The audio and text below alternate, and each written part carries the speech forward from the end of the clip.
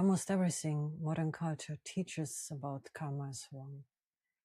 You have been taught that karma is punishment, that whatever difficulty is landing in your life right now is the universe balancing a debt, that you did something in a past life or an earlier version of this one, and now the bill has come and is due. The Vedic tradition, where the concept of karma actually originated thousands of years before it entered Western vocabulary and consciousness, says something completely different. Karma is not punishment. It is not the universe teaching you a lesson. It is not a moral court weighing your actions. Karma is the natural law of cause and consequence. It is the ripening of what you have been in motion with, meeting the exact moment when it becomes visible. And when it hits hard, it almost always means one thing. Something you have been carrying is finally ready to be transformed. Today I talk from the Vedic tradition because the confusion around karma has caused real suffering. People are being told when their life falls apart that they must have done something wrong and that they earned it, that they created this, that they are being taught a cosmic lesson.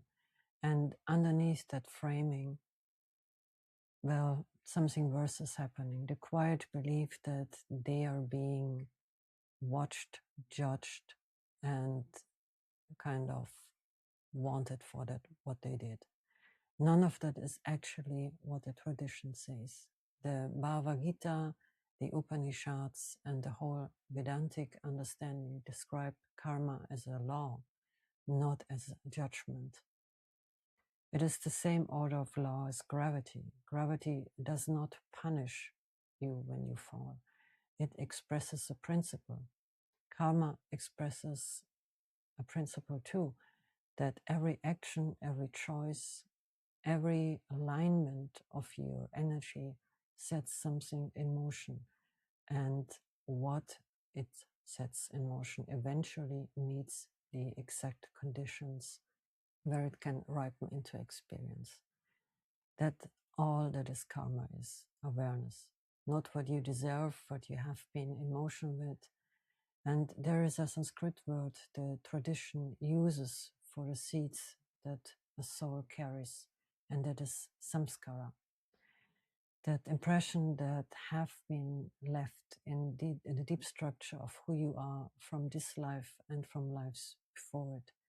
Every strong emotion, every unsolved pattern, every alignment you have practiced repeatedly becomes a samskara.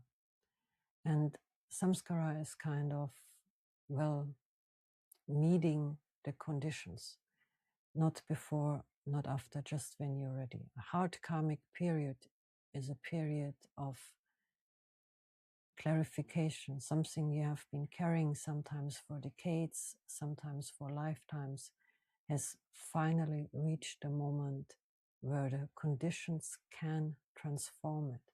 Never forget this.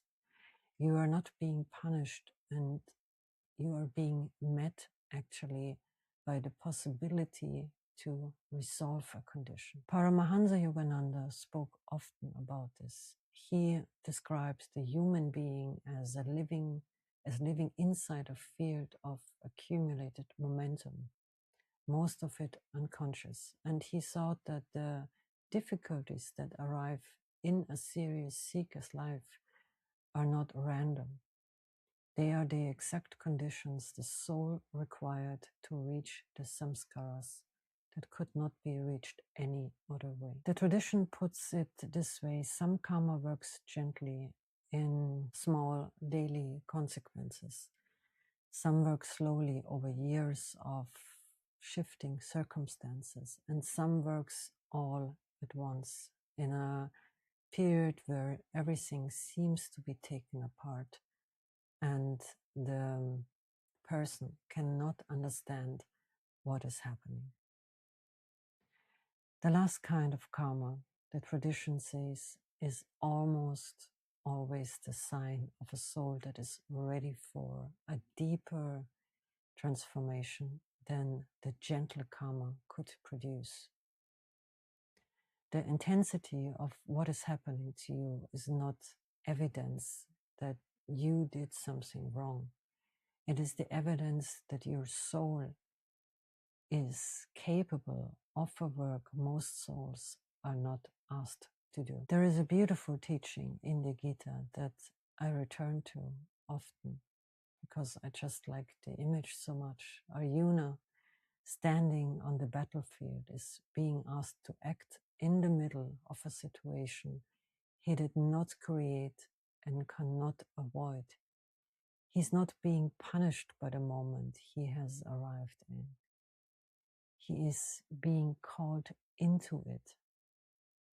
Krishna's instruction to him is not to escape. It is not to bypass. It is to act, but to act from the seat of the observer, from awareness, not from reactivity. This is actually karma yoga, action performed without attachment to the result. And it is the tradition's precise answer to the hardest question a human being can ask, which is, what am I supposed to do when I'm in the middle of something and I have no choice and I did not choose it?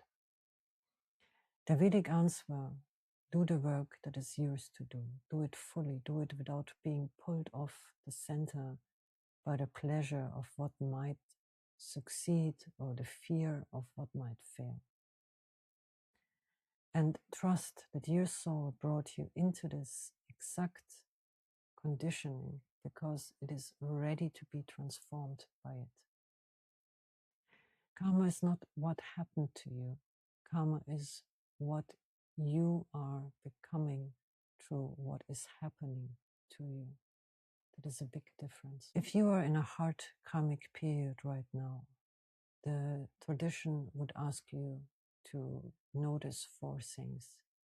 First, what samskaras are being touched, what old patterns, what familiar shapes of feelings are being activated by what is happening.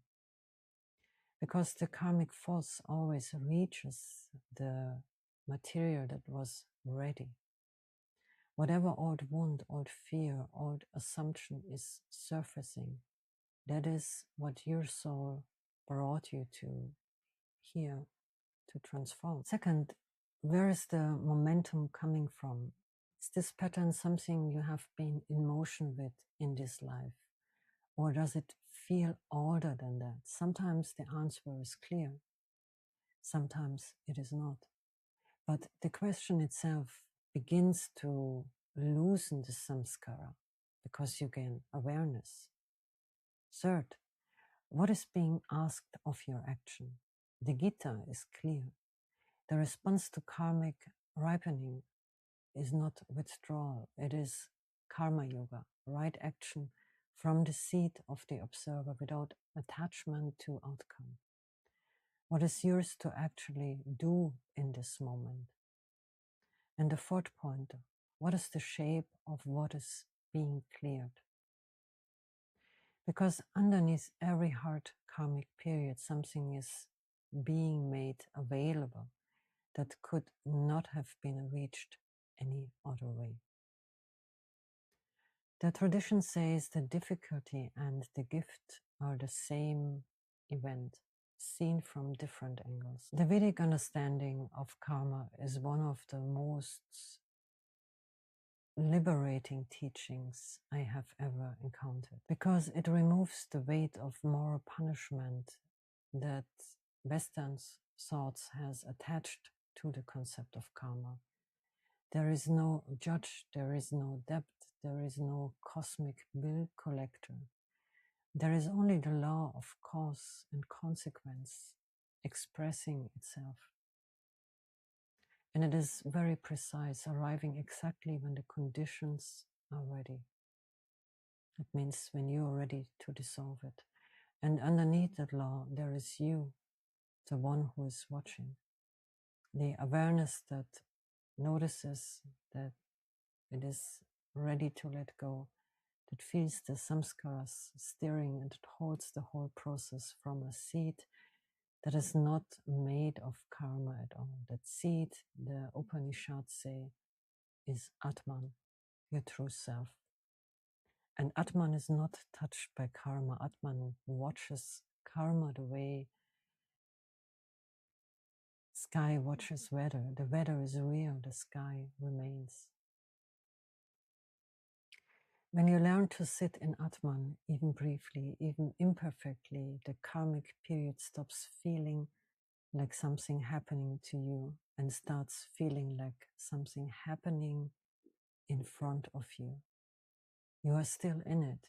You are still moving through it. But you are not longer identified with it.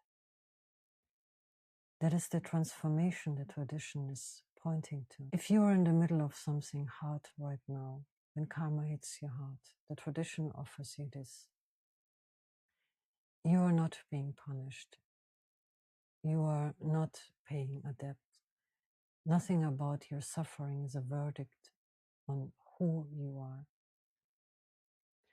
Something old is being met, and your soul, the part of you that arranged this exact moment before you had any conscious sense of it, choose this conditioning because it is exactly what could reach the samskaras that were waiting to be transformed.